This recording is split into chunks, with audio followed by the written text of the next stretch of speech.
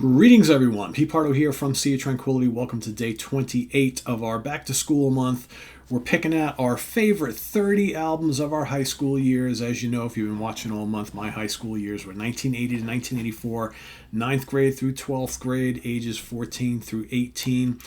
These are the albums that I picked out that meant the most to me during that 4-year period. And like I've mentioned, I decided probably about maybe 60% through the month that I was not going to repeat any bands. Originally, I was going to do no more than two albums from any one band. But as I got like, a good chunk of the way through the month, I figured, you know what?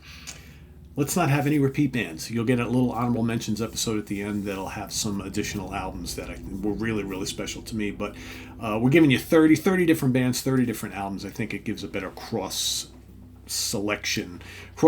of stuff that I was listening to myself personally the most during that time period. So this particular album, released May 1st, 1976, came out on the Polydor label, produced by Martin Birch. I'm talking about the second album from Rainbow Rising.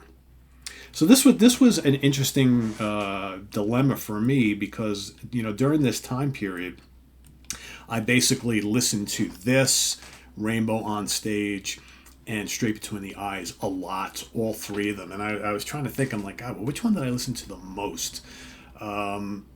It was kind of hard. I almost went with Straight Between the Eyes because I listened to that a ton, but I think that once I really got a hold of this, as much as I love the Joe Lynn Turner era of Rainbow, once I started listening to this and the On Stage album, this became my de facto lineup for this particular band.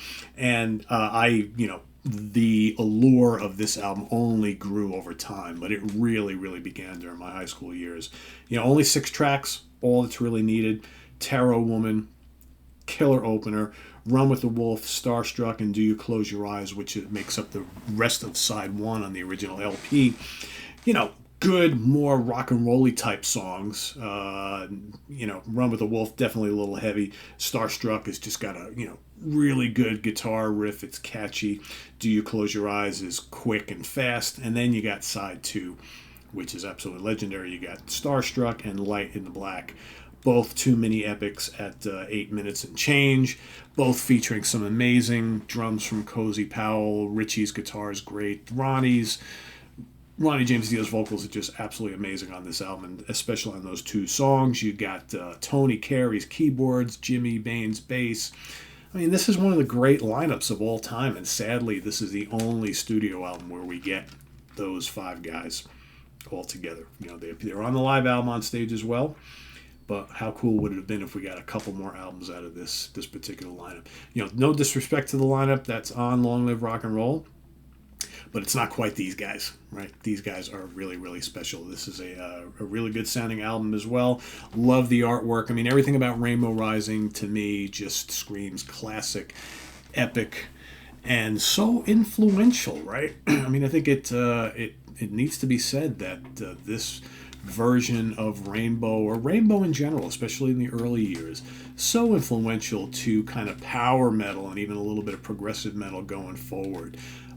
Richie leaves Deep Purple, obviously one of the great bands of all time, one of the early proto-metal bands, lots of bluesiness, lots of jazz improvisation in their music, and then he puts together this band, which is much, much more of like gothic heavy metal.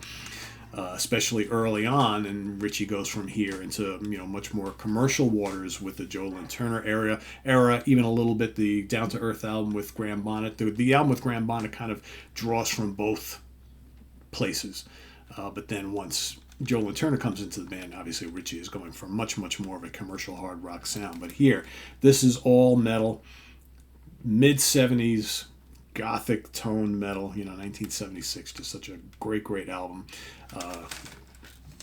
This is the CD that's got nothing. I love the live pictures of the band, just absolutely spectacular. So an amazing album, such an important album to me in all aspects of my life, but it really took hold of me during my high school years, and I will always treasure it. So Rainbow Rising is my pick for day 28.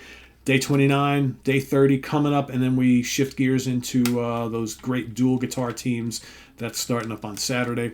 So, of course, Saturday I'll be at SOT Fall Fest, but I will have Saturday and Sunday's videos prepared and loaded up for you for this weekend while we're off doing our thing at the Chance.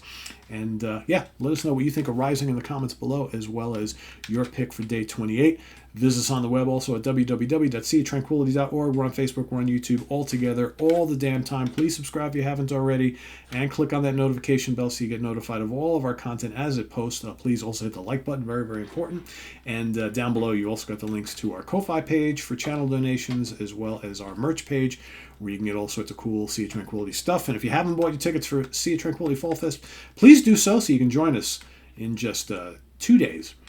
Actually, 3 days at the Chance of Poughkeepsie, New York. So thanks for watching, everybody. I am Pete Pardo. Stay tuned tomorrow for day 29 of our look at our favorite albums of our high school years. Take care. Bye-bye.